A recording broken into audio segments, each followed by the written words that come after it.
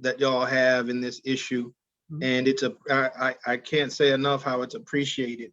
You know, and I'll tell you this, I have so much stuff in my head and stuff, but the one when I was a student at TCU, I was encouraged to join like the League of Women Voters, because it's not just the League of Women Voters, but it's actually a really good organization. So I was in one of the meetings, and they actually sponsored a voting rights bus tour, wherein, a group of us went on a small minivan kind of bus tour to Birmingham, Alabama, and a lot of other historical sites. That's when I first walked across like the Edmund Pettus Bridge. And in one of the meetings, I don't even remember how the conversation came up, but we started talking about like Mr. Clean, and this lady just all of a sudden just got bent. And she was like, I'm so sick of cleaning commercials and Tide commercials, and they're always showing a woman cleaning up and smiling, washing the dishes and doing the laundry. She's like, my husband does that stuff. And in that moment, I realized that the victims of something perceive it a whole lot quicker than the non-victims, because it had never occurred to me that she was right, that all of those commercials, had a bunch of women smiling, cleaning the kitchen counter and folding clothes. And it just kind of shocked me that I'd never noticed that before, because it was so normalized. And so I appreciate the fact that when other people can actually see, like, no, I see that was a wrong, and not only see it, but say something about it. It goes a lot further a lot of times than the people who are the victims of it, because everybody's going to say you're just complaining, kind of thing, And so when men speak up and like, dude, yeah, she's right, those commercials do just have they are sexist or something. And so it just means a lot. That's the long way of saying I really appreciate people who aren't necessarily the victims of something, in this case racism, it just matters more when that other voice speaks up. So thank you for that. And that's serious. Oh, you're so welcome, Leon. I wanted to say, I don't know that I don't agree that it matters more, but I'm happy that it is making a difference. And I think what our group, Lake Highlands Area Moms and More Against Racism, is good at, or strives to be good at, is partnering with one another, so that white allies and people of color are always working together. But we are definitely wanting to lift the voices of those of you who've been harmed to the forefront. So welcome to, and I'm hoping Danita will join us too, but Sylvia Fernandez is on our board too, and we're happy she's here. And we have people watching on Facebook too. And we will, if with your permission, Leon, put this on YouTube so people can watch later too. Absolutely. So we're going to have an important conversation about police reform. Lake Highlands Area Moms Against Racism started because of the killing of George Floyd by a police officer. So that raised to the attention of lots of Americans, in case they hadn't seen before or had been ignoring it or not moved by it, the reality of police brutality against our Black and Brown citizens and neighbors. So that's why we're here. Now we're doing a lot more than just focusing on that in our group, in our organization. But this month we are talking about police reform, and it's certainly one of our biggest goals, is to find out how we can push for it, learn about it, what words we should be using, all of that. And so it's something you've been engaged in, and we want you to just share your knowledge with us. So welcome, and please tell me how you got into this. Well, first of all, thank you again, Lowry, for reaching out and availing yourself and the other members of Lake Area Moms and More against racism, you know, and it's just really humbling, and we always try to take the opportunity to speak whenever we can. Another one of the members who helped get this thing off the ground, attorney Courtney Miller, she's on as well. You know, it's, although it says Leon Reed, that's actually Courtney. Courtney in her own right became a low-level internet sensation when she basically chastised the Fort Worth City Council one day, and her presentation before the council went viral.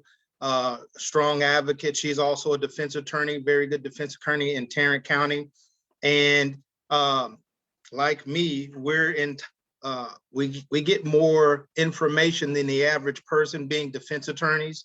We see the offense reports, we see the videos, we see the conduct of some police officers that undermines all of the good that good police officers are trying to get accomplished. And so at some point, you ask yourself, you know, what is it really all about for you? Is it really all about getting paid, or is it really all about affecting some type of change? And so a small group of other attorneys, we got together and tried to figure out a way for us as attorneys, you know, what can we do as attorneys to really push the cause a little bit further. And something had been When did you start doing this? At what point did you start making this movement? Well, I had been thinking about it in the spring of last year. My mother passed away in April of last year. And just, you know, before then, and I just, you know, seeing what had happened and where the nation was going as a result of the killing of George Floyd, you know, I started questioning, what can I do, you know, to really, I'm not best utilized. Courtney's not best utilized. Sarah is not best utilized. You know, Kobe, all of these are other defense attorneys. We're not best utilized carrying signs around downtown.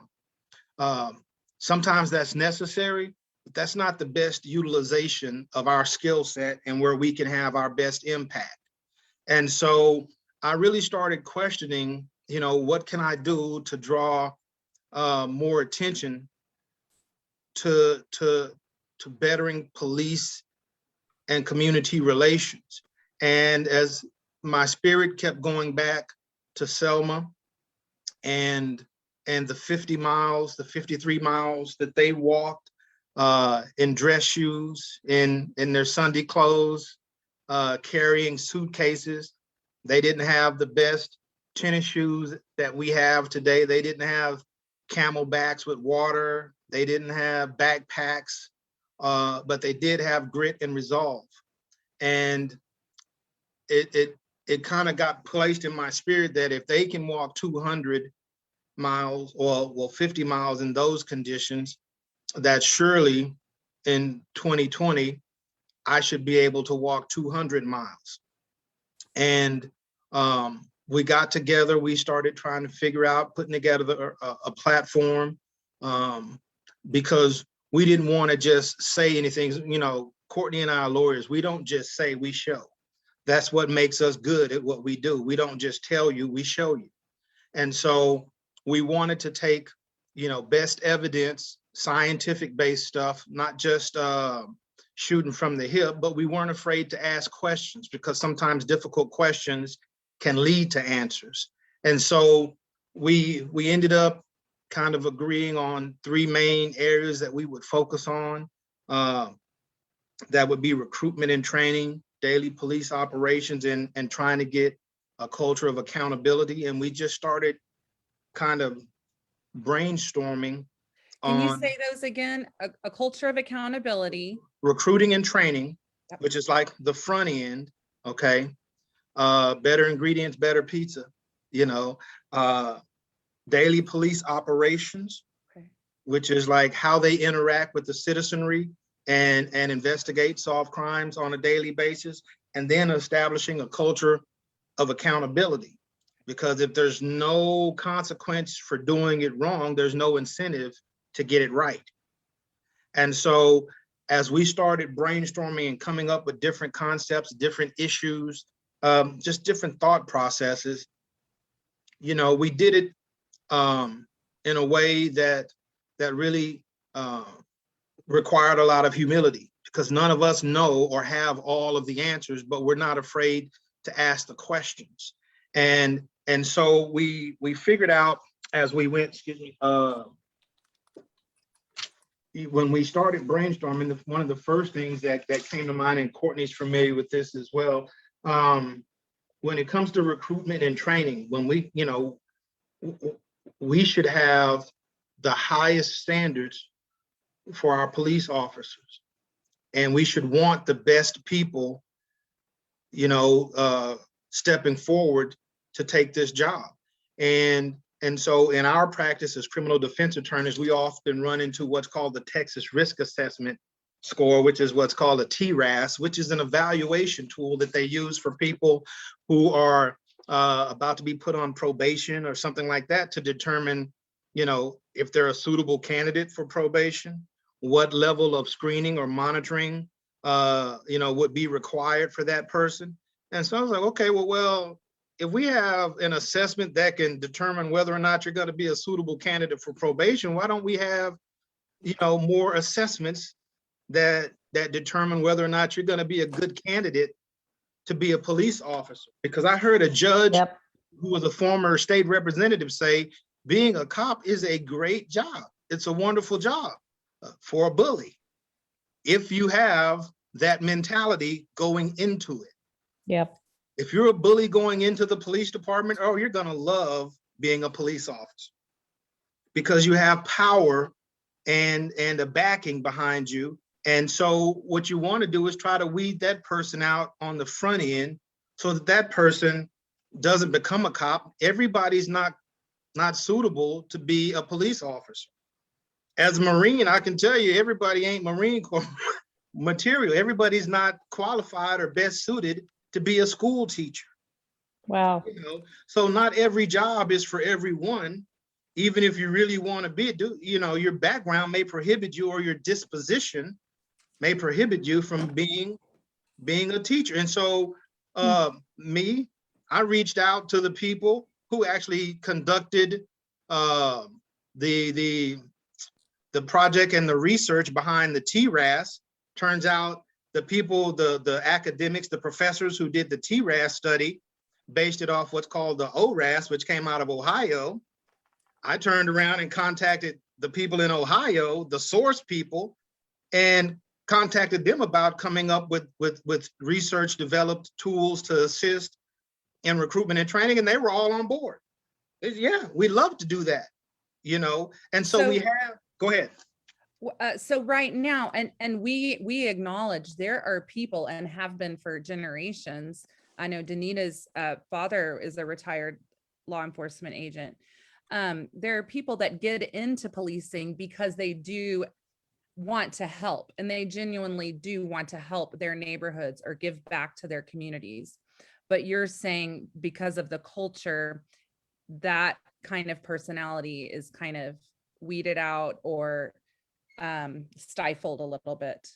Well, what ends up happening, and this is from talking to police officers, because I don't just talk to regular, I seek out police chiefs, other officers who are willing to sit down and talk. And I ask them questions, and one of the, you know, what can be done? You know, what are the issues? And some of the things that we hear is, even, I said, Leon, even when we get the great candidate, when we get who we want at the front door, when they come into the academy, they're immediately taught an us against them mentality. And he literally said, it's us against the a-holes. And the citizens are referred to as the a-holes. And so all of that goodness is then, you're either with us or against us. You're either blue or you're not. And then if you happen to make it through the academy and you still have that degree of high honor that you entered with, as soon as you get a training officer, they say on the street, hey, forget everything you learned in the academy. We're going to show you how it's really done. You understand? And so we have to look at how they're being trained. which leads us to what I spoke with you about. You know, in Texas, there are over 200 or about 254 counties. Okay, each county, if each county has its own sheriff, and I was just being conservative, I rounded down to 200. Okay, if there are 200 counties, then you got 200 sheriffs. Each one of those sheriffs is going to have his or her own internal policies, what their police officers or sheriff's deputies can and can't do, and how they do it. Okay, so that's 200 different standards. Then when you look at the fact that in Texas, there are over 900 municipalities. Well, each one of those municipalities may have its own chief of police, and that department's going to have its own standards of conduct and its own guidelines. So right now you're at 1,100 different policies and standards. And how many academies? You said there were lots of academies too. And when it comes to academies, there are, according to the Texas Commission on Law Enforcement's website, there are I counted 111 different places in the state of Texas where you can go learn to be a peace officer. 111. If you want to become a United States Marine, you're going to go to 2 places. You're either going to go to Paris Island or you're going to go to San Diego. If you want to become an airman, you're going to go to 1 place, Lackland Air Force Base, San Antonio. You want to become a sailor, you're going to go to 1 place, Great Lakes. You want to join the Army. There are 5 places only, coast to coast, where you can become a soldier. And so when you have 111 different places, only a certain amount of those hours are compulsory, then you're opened up to a lot of different philosophies all over the place. And you don't have a singular standard that we as citizens deserve. Why don't we have one standard, the Texas standard? All cops are going to be trained exactly the same, no matter where you are.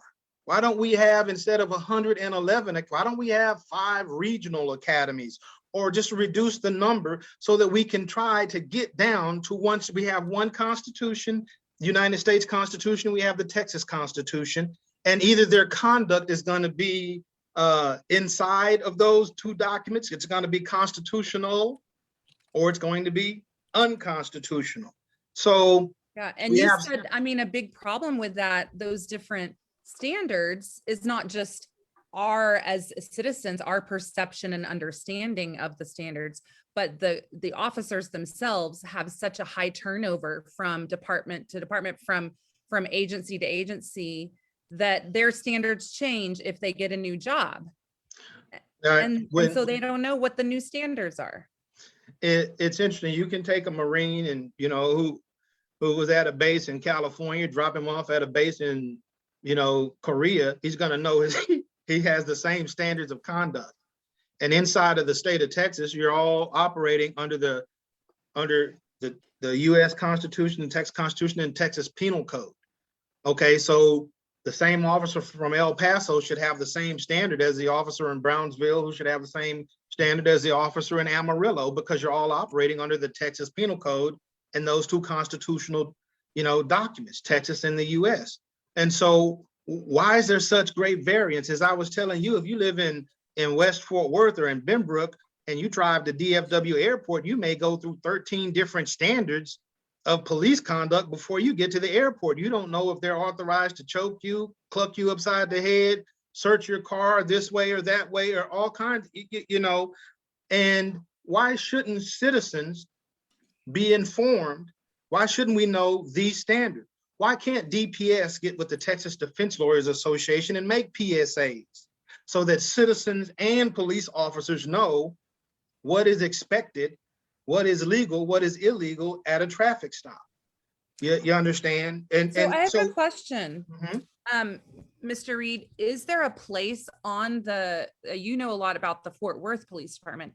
Is there a place on their website? And I've looked on the Dallas Police Department website. I can't find it. That says what the standards are, what the laws are. Yes, on the when you say laws, this gets a little bit interesting. The Fort Worth Police Department and many other departments will have what they call their general orders online. and you can go online and download Fort Worth Police Department's general orders, or you can submit a public information request to a department, and they'll give them to you other than tactical things, because they don't want to let somebody know tactically, if we rob a bank, here's exactly what we're going to do to, you understand? But as far as daily operations, those are generally public information. Fort Worth does publish those on its website, yes.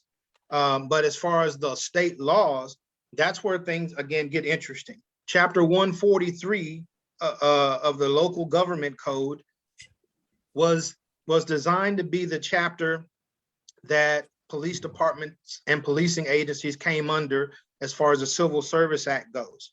But when you start talking to police chiefs and so forth from different departments, they always, chapter 143 is so old, it's unworkable. And so what ends up happening is, instead of abiding by chapter 143, some departments in some cities will form POAs, and the police officer associations will enter into meet and confer agreements or collective bargaining agreements with the cities. And that works to the detriment of the public, because in those collective bargaining agreements, they can decide, we're not going to turn over an officer's employment record or an employment history, or Is a grievances. POA, the Police Officers Association, is that like a union? Yes, it is. Okay, because I've heard that that's part of what makes the standards so tough, and the accountability so tough, right? Yes. Okay. Absolutely. And you can see, again, my friend Courtney is in agree, because when you have sometimes cities and council members will confer to them too much authority on certain things. And if you're a citizen and you read chapter 143 and it says you have to file a complaint this way, it has to be in writing and it has to be notarized. Okay, well, the meet and confer agreement or the CBA for your city that they have with the police department may have a bunch of extra steps that you may not know about. And therefore, when you file a complaint, your complaint, they may, well, it's stale, or you didn't do it right, so now it's dismissed or disregarded, or no action was taken. And you as a citizen didn't really know why. And so there has been legislation put forth to kind of open that stuff up. But if 143 is so old and antiquated, hello, state representatives, bring it to the table and modify it so that it's applicable for 2021 and beyond, to encourage more departments to opt in instead of opting out. Okay, so that's just a thought process. Look at it, review it, make it more amenable for police departments statewide to use. So Yeah, Leon, I'm sorry, Sylvia, you have so many specific ideas that we should be sharing with our council people as on the police oversight board. Are they all written down somewhere in a document on? Well, we don't have our website up yet, and it's with our Facebook site, it's hard to kind of post things like that. Sure, and so sure. I had spoken with you. I love y'all's website. Thank you. I don't know if y'all call it Lamar, but I kind of, I'm military. I go by acronyms. I love Lamar's Yeah, we call website, it Lamar. and we're looking at. You send it to me and I'll share some of it. But we kind of skipped it because we'd love to see just the list of things we should be aware of. But we kind of skipped ahead in getting into the nitty gritty, which is awesome. But I forgot to say what inspirational thing you did this summer and why it's called Walk for Reform, because not everybody knows. You mentioned the 53 miles on the Pettus Bridge, but you walked more than that from Fort Worth to Austin. Yes. Yeah. Tell me about that. What, you were crazy, and that was in the heat of the summer. Yes, it ended up being the hottest week of the year, and that was totally by accident. No. Why were you doing that? What were you trying to do? Tell us. Well, again, when we came together as a group of attorneys trying to figure out a way to make an impact, our goal was we want to we acknowledge amongst ourselves that attorneys are treated a little bit differently. we get a little bit more respect behind our names because we can make you or a city spend money, you know. And so when we show up, generally we, you know, people will listen to us. And so we had to do something that would make a splash. It had been on my heart, and I was, you know, so I reached out to different people whom I know, who I trust, who I know have the same passion level as I do, such as Courtney, Sarah Vargas, Kobe Warren, Nikki, Chrisman. You know, we all, you know, have that kind of passion and drive. And but it was, you know, I told them what I wanted to do, and they were gracious enough to say, Leon, we'll help you get there. And so it was a combined effort getting me to Austin. So what I ended up doing, if you can see over my shoulder, I walked from Fort Worth to Austin. And the route I took was basically down 35, which is what that red line, that is actually the outline of 35 going from Fort Worth to Austin. The fist, of course, has become synonymous with Black Lives Matter or resist. And so inside of the fist is legislation, you know, or ideas, and we're taking them from Fort Worth to Austin. And the red represented, you know, blood that's been shed needlessly. And the logo, you know, Walk for Reform, it goes all the way from one tip of Texas all the way across because it's a statewide endeavor.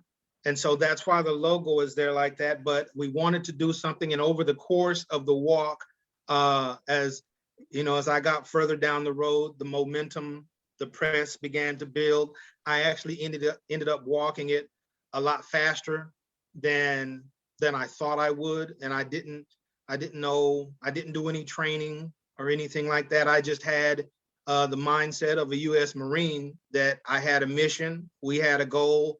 And so we did the logistics as best as possible, but I started getting afraid. We, you know, some people, we want to show up with printed out legislation. We want it all. So, you know, the longer we wait, then you just never know when the narrative is going to change. A plane may crash, and now the attention's off the moment, or this, and then the longer. And I said, y'all, I have to announce it, and then I have to go. Because if I announce it and then I step off the curb and trip and bust my ankle or something, then the moment, so once we went public, I was scared to death until I went because I was afraid something was gonna happen, you know, like I said, stub your toe or twist your ankle or something, and now you can't go. And that's how I ended up just taking off during the time period when I did it. It ended up being the hottest week of the year. But I was blessed, and I was blessed with a good team of folk that motivated me, and we still work together. We're still trying to, you know, figure out the way to open hearts and minds to at least discuss things. We're not saying we have absolute answers to everything. We are saying that we have researched some stuff. We do have facts, and we're bringing you data, and this data warrants at least you opening up your mind and questioning some things.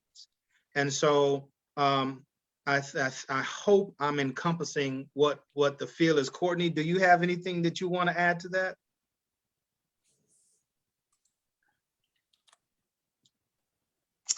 I remember hi, I'm Courtney. I remember the opening meeting, and there was tension there because we have huge plans. Leon has huge plans. This has been his passion, his pet project.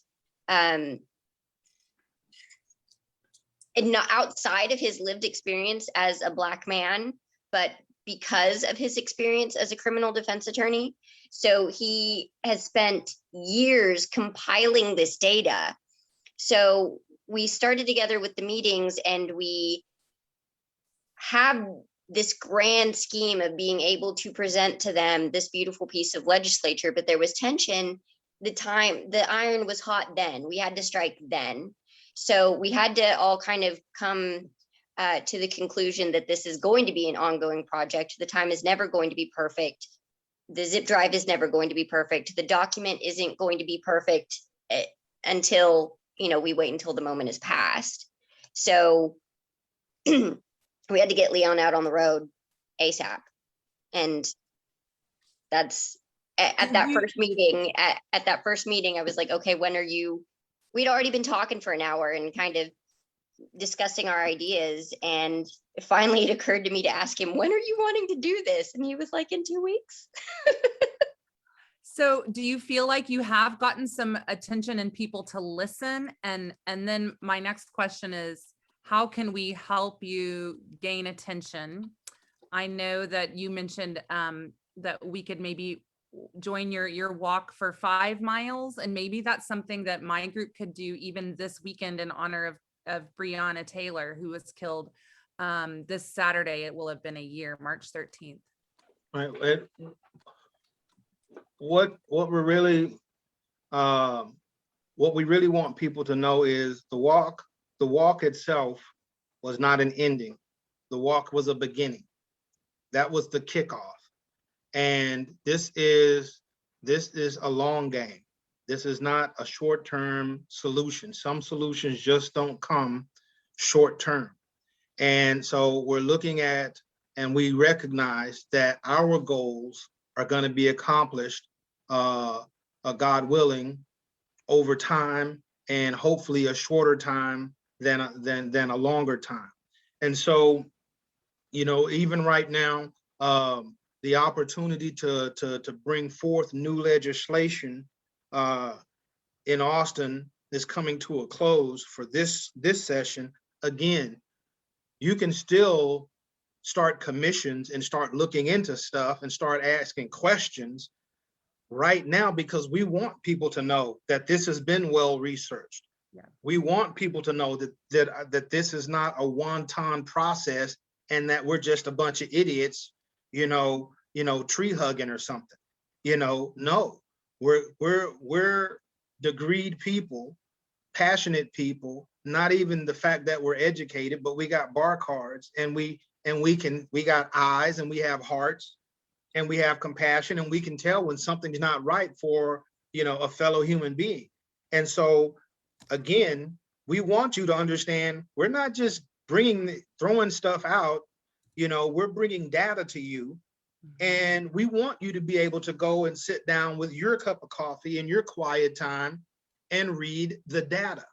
Yeah. And then come back and tell me if I'm wrong. And so we do want, this is a long-term goal, and you brought it up, we have what we call the Walk for Reform Challenge. Okay. And other, it's not, pouring ice on your head or anything like that, but the challenge is get out, walk 5 miles within a week. Some people can do it in a day. Some people, it may take you a week, but you have 1 week to walk 5 miles. But at the end of that 5 mile walk, the real challenge is contact your state representative or your congressperson and let that person know that you want common sense police reform that betters police and community relations. We had law enforcement. Whoa. Say that again.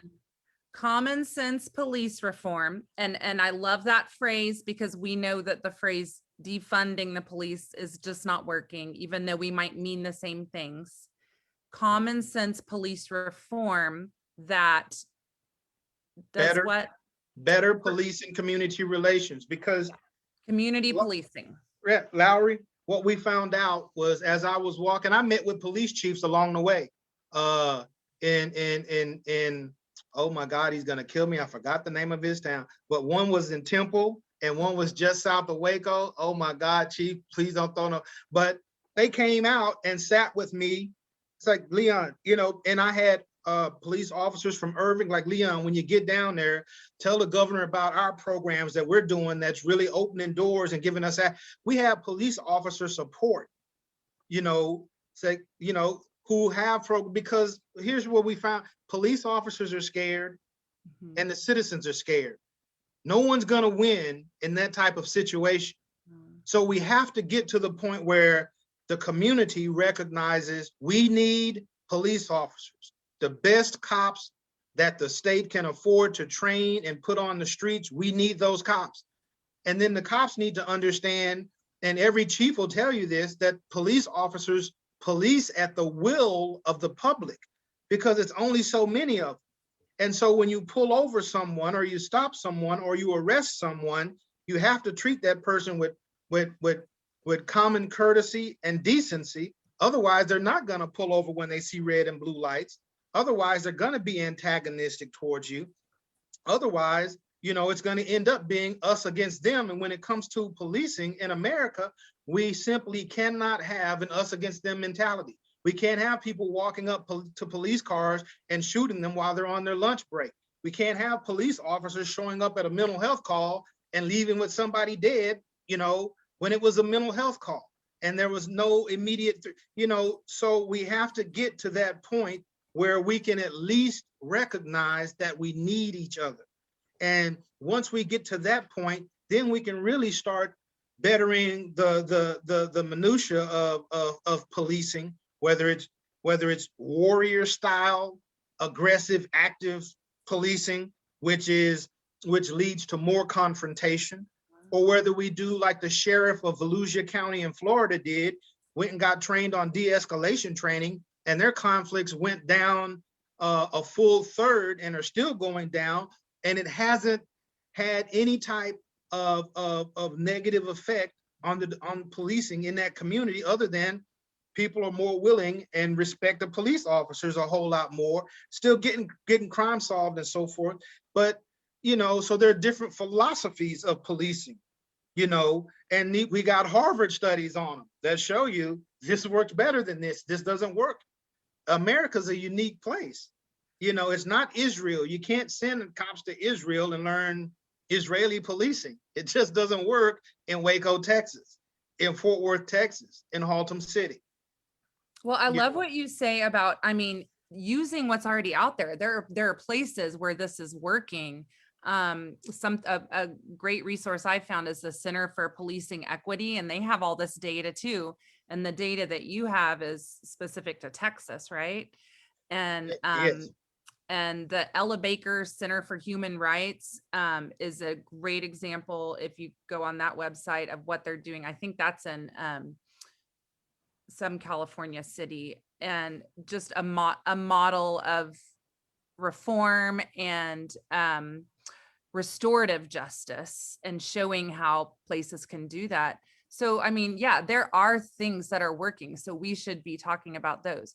But is one of the major reforms, I know that police chiefs across the board feel like police are overworked, have too much responsibility for mental health, homelessness, Right. things that should not, drug overdoses, things that should not be their job, right? Is that one of the major? That is a pushbacks? big issue, and you're right. And that's coming from police officers and police chiefs themselves. Even former Dallas Police Chief Brown, on his way out the door, it's like, look, cops are overworked. We're stressed out. We're the dog catcher. We're the mental health care provider. And all of that takes away from us doing policing. In Colorado, I believe it's in Denver, they have specialized mental health units that, where they send out people who, because every situation doesn't require a person with a gun to show up.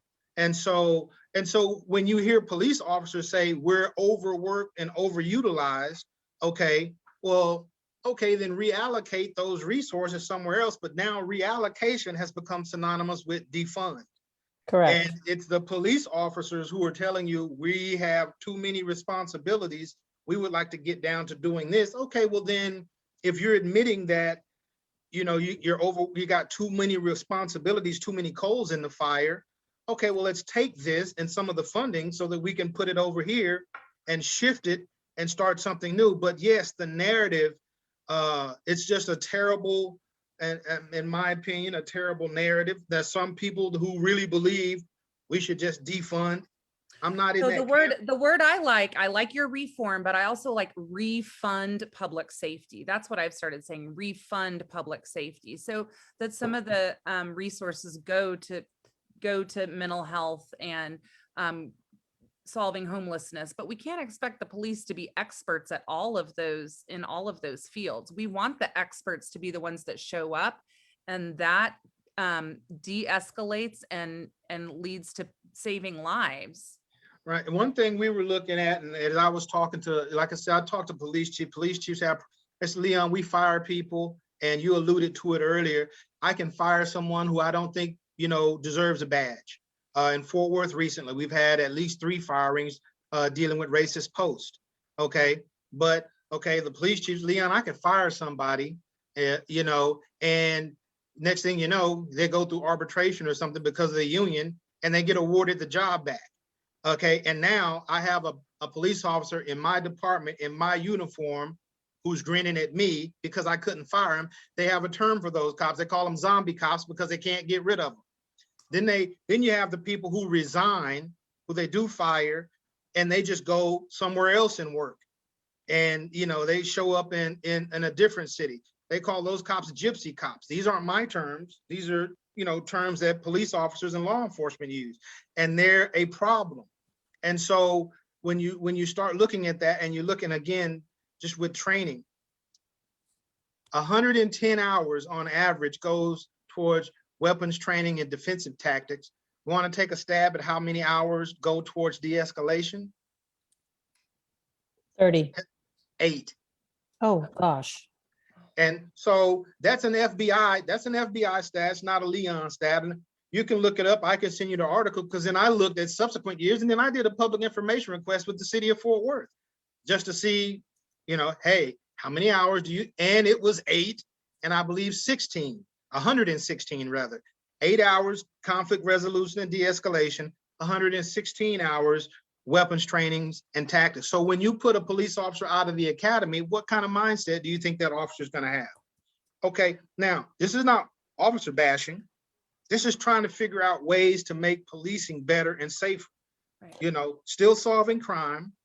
For Okay. them and for the public. For them and for the public. This is getting us to having better relations. You understand? Because again, what the sheriff's department in Volusia County, and you can Google it.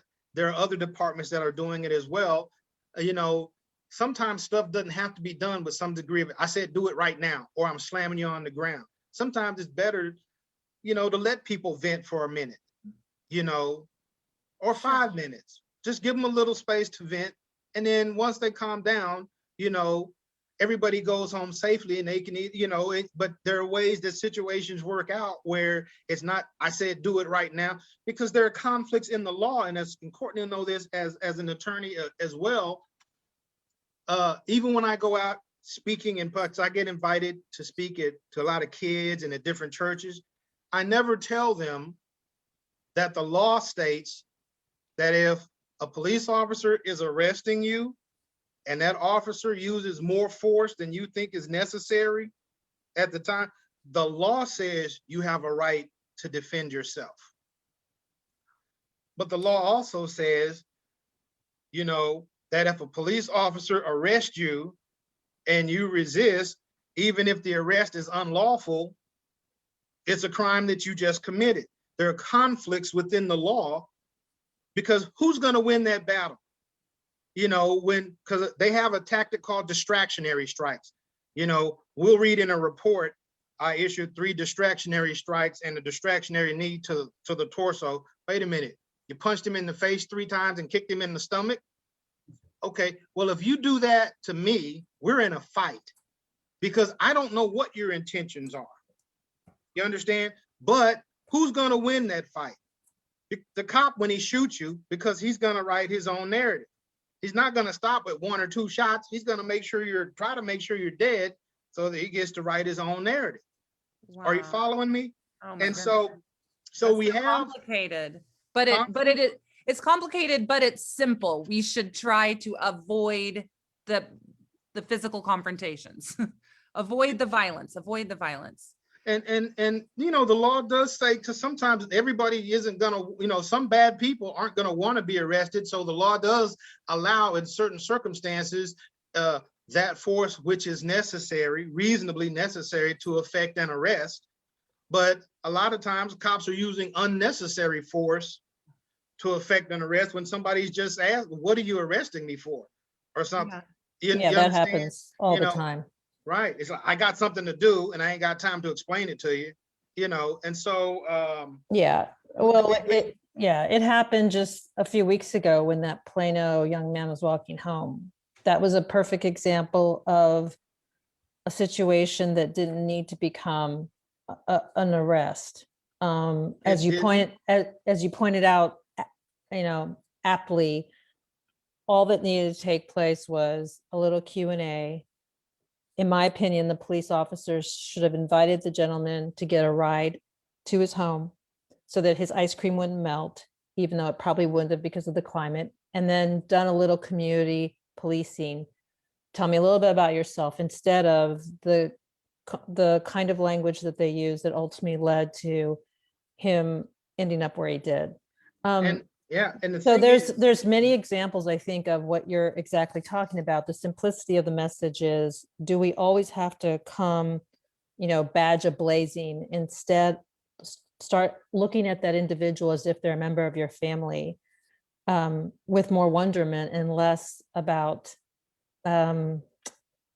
aggressiveness or the enemy. As you said earlier, Leon, you said, which I thought was really spot on, the culture that's being created is us against them.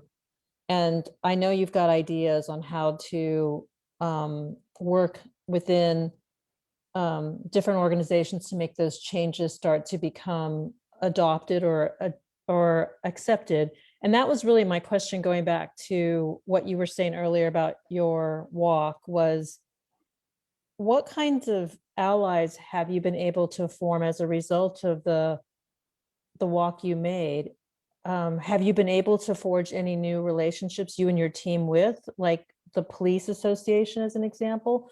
While we want to support you, I think we all know at the end of the day, there are many avenues towards effecting change. And it seems to me that if the police are afraid, the police want more support, that they need to be an ally, not dismissive to you and your team. Is any of that something that you found? Because you did mention a couple of sheriffs that you were able to connect with, other individuals in law enforcement as you went to Austin. At the end of the day, with the amount of attention you got, were you able to hear from anyone that would support you? there are various police officers and various chiefs of police that I contact on a recurring basis because I want input from all sources.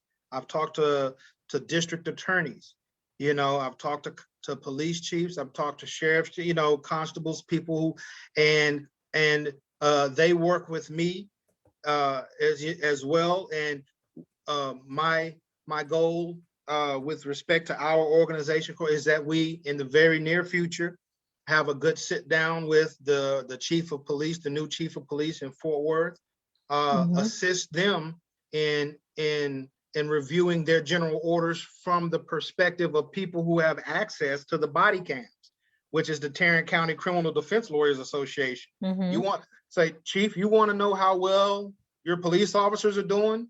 Ask the local defense attorneys, because we see all the videos, and a lot of times they'll never make it to light because our clients will enter a plea or take a way out, and the stuff never goes anywhere because my client may say, Leon, I want the fastest way out of this mess. Can I do some community service or something and get this stuff resolved? And it never comes to fruition when you push.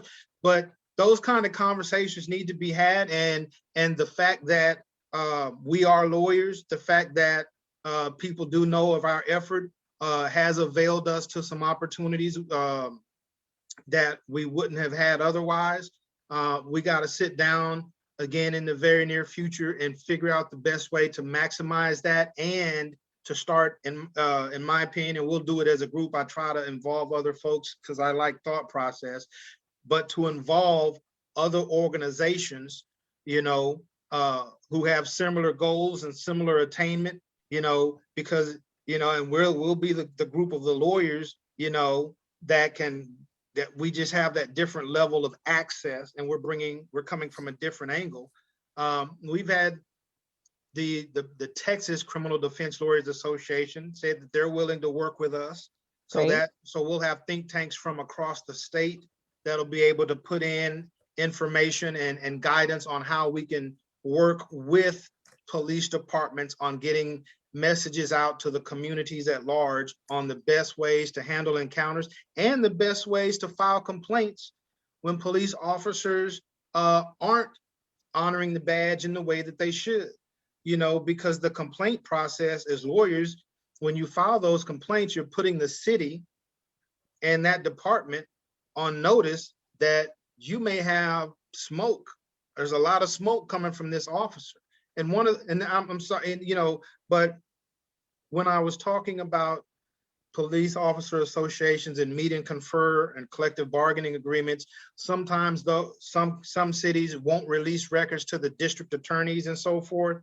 Well, what happens is, as attorneys, when we say, tell me all of the information that you have that may go towards my client's innocence, and you have a cop who's been falsifying reports or doing some other stuff, and the department does not turn that over, well, if a conviction occurs now and we found out later that, hey, you should have turned it, now the DAs are upset because they didn't have access to that information, which by law they would have been required to give us. Now we got to go back and one, we potentially had someone locked up who shouldn't have been, or two, they have to go back and retry a case and the county has to spend money. And so we need to be working on those type of things and talking and in constant communication. And our approach is, fairly reflective of my approach, is roses before rifles. I'll come with roses first, but I'm a United States Marine and fighting's what I do. So if you really want to fight, I will fight you, but let's see if we can reason stuff out and have common sense prevail and human decency prevail. And let's see if we can get there along those lines. Again, Courtney, anytime you want to jump in, feel free. Because I think, I mean, Leon, you're so right. We have common goals. We have common goals, the officers and the public, for safety. So we have to work together. And I want to say that we would love to keep collaborating with you and supporting you. And we have a new police chief. Danita and I met him last Friday. I feel hopeful about Chief Garcia, but we would love to collaborate with you and the new Fort Worth chief too, and share ideas and what's working and what we want. Yeah. I'm curious, as far as considering Breonna Taylor, what's happening with no-knock warrants? Where do our cities stand on that? And what are your thoughts on it? And then also you mentioned the chokeholds. And those are kind of like national things that people are talking about. What are your thoughts on that? Well, as I told you, one of the reasons that we did the walk in the first place was because Governor Greg Abbott, when he showed up at George Floyd's funeral in Houston, made the statement that maybe it's time that no Texan should be treated like that, that maybe it's time for a George Floyd Act. You understand? Because then he touted the Sandra Bland Act and another act. Texas takes leadership in these times. Okay, when he made that statement, I said, okay, I'm willing to help. If a man says my barn is in a state of disrepair and somebody walks 200 miles and says, hey, I'm here to help, with your barn, he didn't even have to show up with a hammer and some tools. You say, dude, thank you for coming. What can you do? Can you hammer? Can you saw? Because you put the word out. And so when it comes to things like that, with the George Floyd Act, there's been, in my opinion, a bit of unfortunately, a dog and pony show, because they start touting, oh, we're gonna really push for no chokeholds. Well, the last time I checked, George Floyd didn't die of a chokehold. He died because his breath was impeded. So if we really want to get to the issue, why don't we stop this nonsense about no chokeholds and just say, stop tactics that impede someone from breathing? Because, 115-pound Courtney with a 220-pound officer on her back can be asphyxiated.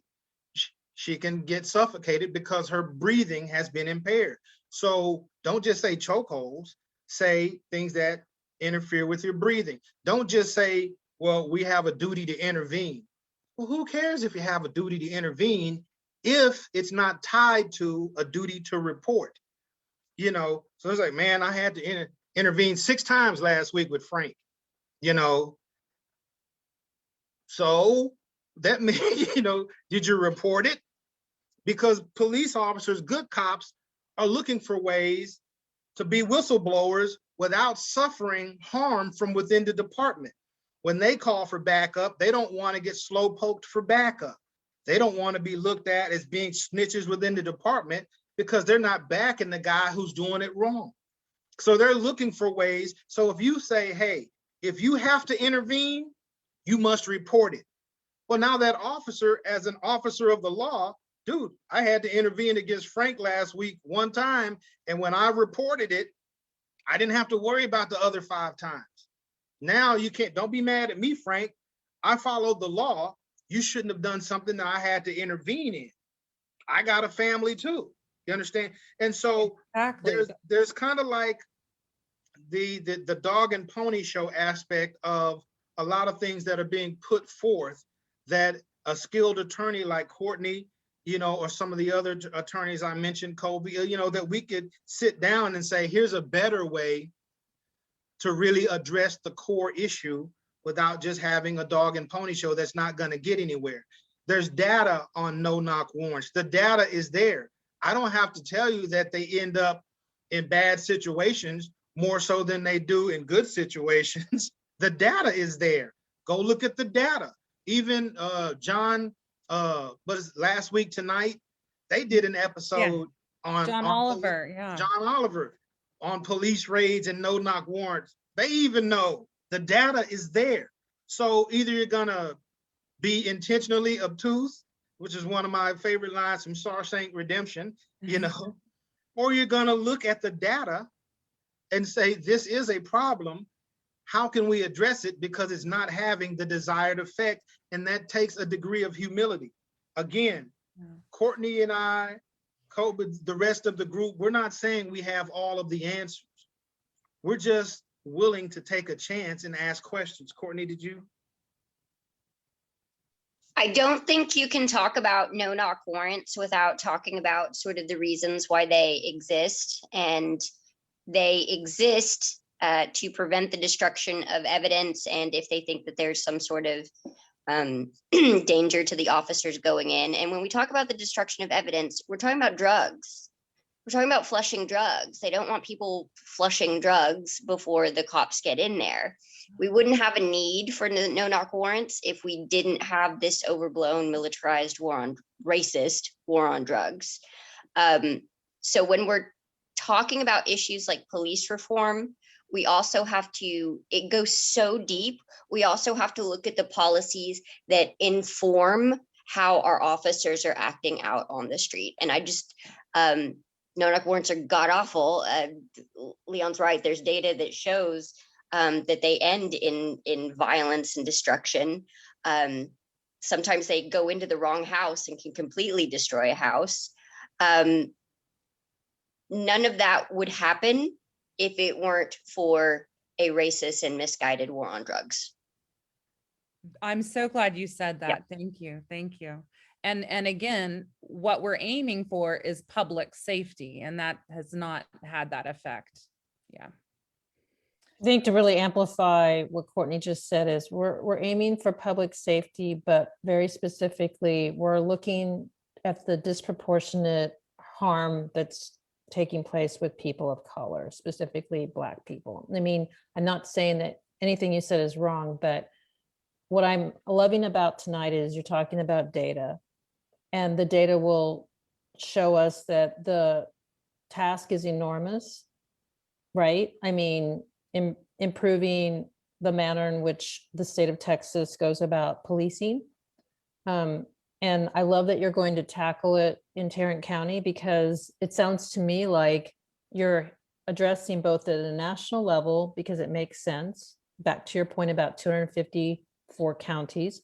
But if you don't start in your own backyard where you have the greatest opportunity, then you're missing an opportunity to become actually the model the best practice that could then become more widespread, and making the connections with the big cities, which are disproportionately responsible, I'm sure, for the data that says the hurt that's taking place with people of color is going to be the Dallas, Fort Worth, the Houstons of the world. I mean, I'm not saying it doesn't happen in Waco, Texas. I'm just saying this is an issue that your data is going to drive your follow the data, and I think you'll be very successful.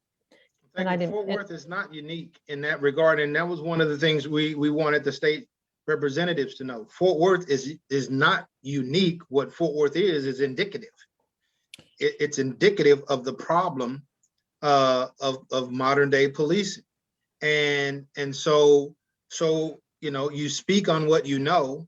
This is, you know, Tarrant County, and Fort Worth is the largest city in Tarrant County. So therefore we have more cases and more interactions with Fort Worth police, and their data, all of the data that I've compiled, the racial profiling data that was mandated by the state legislature in 2002, every year, without fail, without exception, minorities are stopped disproportionately higher, searched, everything else than any other populace. When you look at the use of force reports, this is the Fort Worth Police Department's data. It's not my data.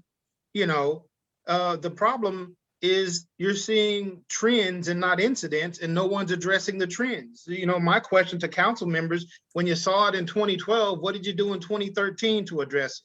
When you saw it again in 2013, what did you do in 2014? When you saw it in 2014, what did you do? Because the answer is nothing. So what faith does the citizenry have in the police department? And so, again, I know we're under a minute here, and if you want to ask a little wrap up or do anything, I just appreciate the opportunity to get these concerns out, and I hope I'm coming across in a way that is receptive to just being open to listening and to have the conversations. You have been, and I think that you and Courtney together have, obviously we don't have enough time to get all the things that we would love to know asked. I'm sure Larry will recap. And one of the things I wanted to make sure I didn't leave you thinking is, I'm not suggesting that your work should simply be devoted to Dallas, Fort Worth, and Houston at the expense of, but I do wonder, because I'm an optimist, and I really believe that there are more progressive individuals out there that are shaping a police force of the future. And I would love to know if you and Courtney have met with any individuals in law enforcement that actually would be, don't have to be in a big marketplace, but really, I like to fish where the fish are biting. So even if it was a smaller pond, that you could maybe draw as an example that have been receptive, shaped some of the things that you've learned and espoused in your platform, I would love to know that as well. Well, the small city that I couldn't think of earlier was Hewitt. Okay. And the police chief there, they're really small town, just as you mentioned, but he and the new chief in Temple, who came from Kansas, you know, they sought me out. He said, you know, tell me what you're thinking. Here's some things, here's some ideas, you know, here's some issues. Again, they bring up issues and they'll tell me, here's where you're going to catch conflict with that. Or here's where, you know, because I was like, well, being an officer is a tough job, high stress. Right. You could go from, in 1 minute, you can go from a call with a rollover accident where a baby's been tossed from the car and it's just a gruesome thing to see. Right. And the next minute, you're being called to a 8th grade swimming pool party with a bunch of teenage girls who are a little bit snappy at the mouth, and you end up body slamming one like they did in, Yep. you know, in Mesquite. And so just like our veterans, in a lot of ways, police officers see things that give them PTSD. Yeah. And they need mental health support. They need for mental sure. health support, but Amen. they don't want to, or they can't afford, because if they go, Leon, if we go and we talk about it, we could have our badge, or we could be off duty. Well, like, look, bro, anytime you go from certain categories of scenes and seeing things, you should be mandated to go and talk that out with someone. Agree. Because we need you. Or if police officers need additional vacation time to decompress, I'm with that. But then it got brought up to me, well, Leon, you're going to have the insurance companies, because if somebody, departmental insurance companies are going to kick in and they're going to start looking. There are all kinds of little webs that kind So of. that's why, like you said, that needs to be mandated by the state. So every department has the same. Yeah, I definitely think you're on to something. We are a much more informed society. We have the data. You're so right about the conditions of the mindset, just like the military, the things that they see, have to process, and the culture. Ultimately, the culture has to support that change is going to be good for everyone, and that there's going to be enough money to get it all done. I feel like there's a lot of fear and negativity and blockades. People are resistant to change. But really, we just have to, just ignore those, that negative energy, and just keep moving in a positive direction. Leon, I'm curious, did you, and then we'll let you go. Thank you so much. Did you ever have a personal experience with a police officer that affected you negatively or positively? Oh, yes, ma'am. When a friend of mine, his name is Marcus Johnson, he and I went to TCU together. And back when TCU started its uptick in football prowess, we got invited to the GMAC Bowl in Mobile, Alabama. And so at the time, I was working in the Fort Worth Club Athletic Center, as a concierge, folding jock straps, washing clothes, shining shoes. But I was a student at TCU at the time, or just about to go to law school. MJ now is a professor of African American Studies at UT, and also teaches classes at San Marcos. But we were freshly graduated, excited to be driving down to Mobile, Alabama for this football game. So we rented a car from Enterprise that happened to be a red Mitsubishi Galant, and it had Florida license plates. So literally, we were talking about, hey man, what are you gonna do, with your, man, I'm gonna go back to the community, I'm gonna open up this, I wanna teach about this, and and we were feeling really good about the fact that we were graduating and had degrees, and we're moving forward in life. And notice a police officer pulled us over, and he hit the brakes so hard behind us that he almost rear-ended us when he was coming so hard, pulled us over.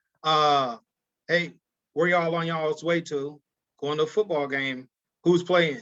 TCU in East Carolina. You step out of the car, come back here, stay here. Then he goes and starts asking the same questions to MJ. Then he comes back, goes to his car, fills out a consent to search form. Now, we just rented a car, and between the two of us, we have one bag, because a judge who was a friend of mine from the club, from the athletic center, blessed me with a couple of $100 to rent the car, drive down, watch the game, and come back. And so long story short, we don't have anything to hide. So we're like, yeah, we'll sign the consent form. So by then another backup cop comes, and this is a true story. I'm not making this up. Okay, so the first thing the cop says is there any drugs or weapons in the car? No, so he goes to try to and start searching the car while the other cop is sitting there talking to us. And so something told me, watch this other cop. So he goes and he literally starts to pull apart the doors from the windows so that he could look down in the doors. He opens up the engine compartment. He goes and he's in the engine compartment, comes around to the driver's side, opens the other door, goes in the back seat of the car. And in the meantime, the other officer starts asking us, who's playing in this game again? TCU in East Carolina. Where's the game at again? It's in Mobile. So what school are y'all? So and I was like, look, are you a child of God? Because I am. And God takes care of his own. So he says, 2 things I don't do on the side of the road is discuss religion and politics. I said, cool, stop talking to me, because I'm trying to watch him. So by then the other officer comes out of the car, opens up the trunk, dumps out our one bag, comes back, says, I see y'all are mad. I don't care if you're mad.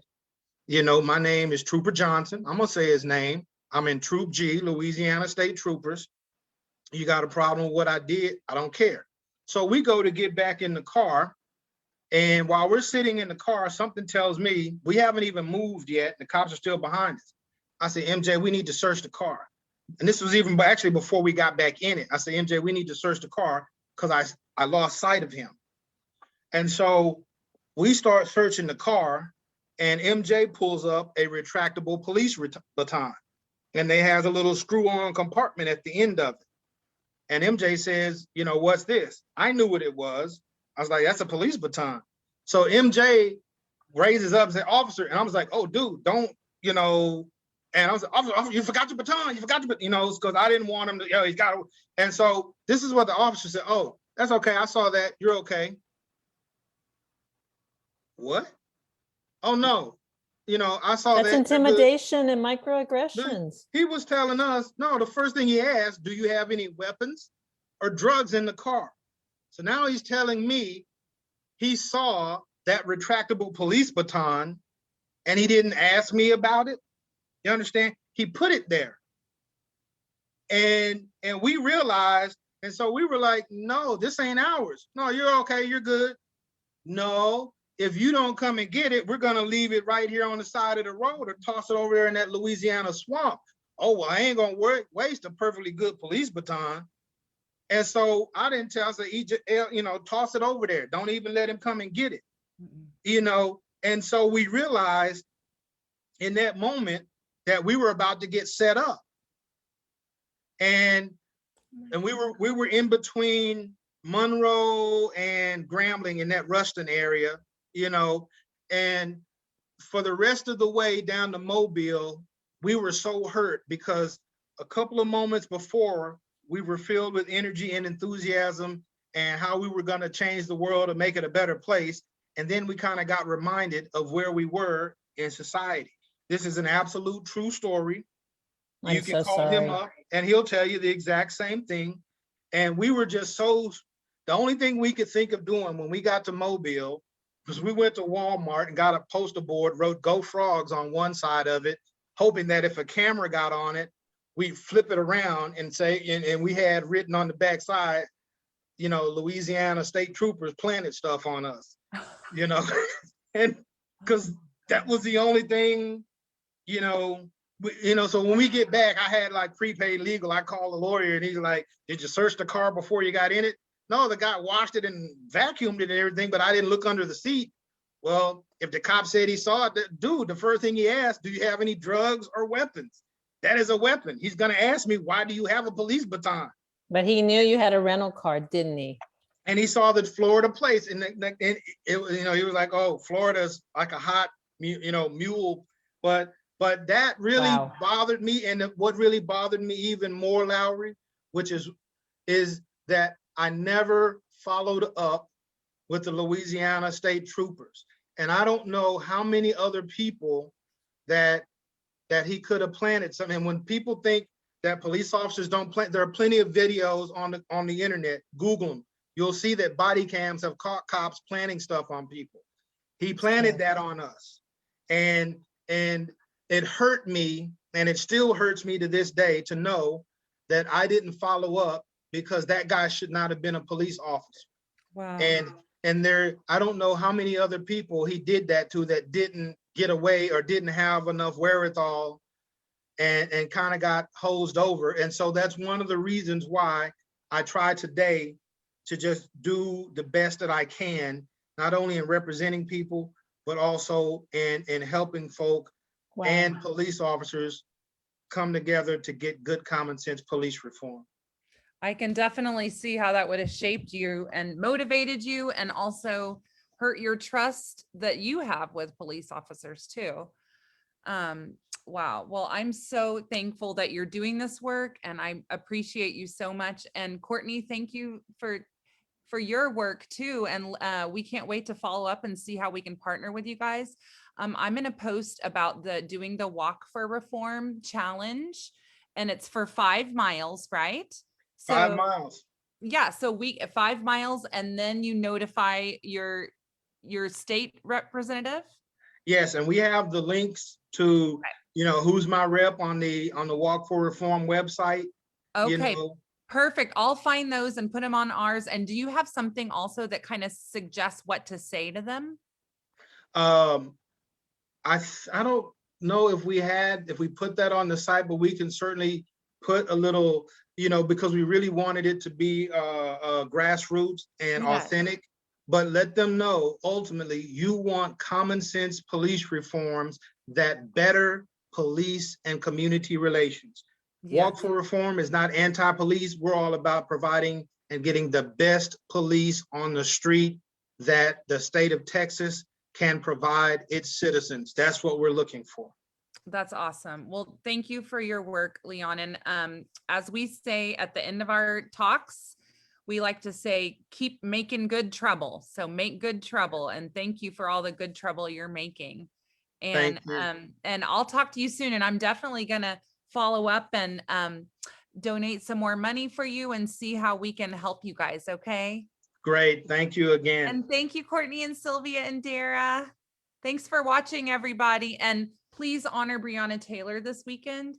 Some of us will be down at the Dallas Police Department headquarters at 6:30 for a candlelight vigil. And I've got a big poster of her and our signs for Black Lives Matter on Saturday to acknowledge the anniversary of her death.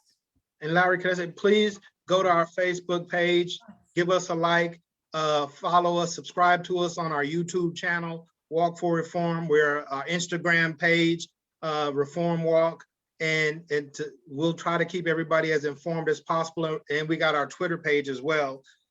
So we're on all forms of social media. We're going to be cranking up some things, and hopefully when we get the website up, it'll be even more meaty, and we'll be able to press the effort even further. That's awesome. Thanks, you guys, for your good trouble. Good night. Yeah, it was such a privilege. It was. Thank you so much. Bless you.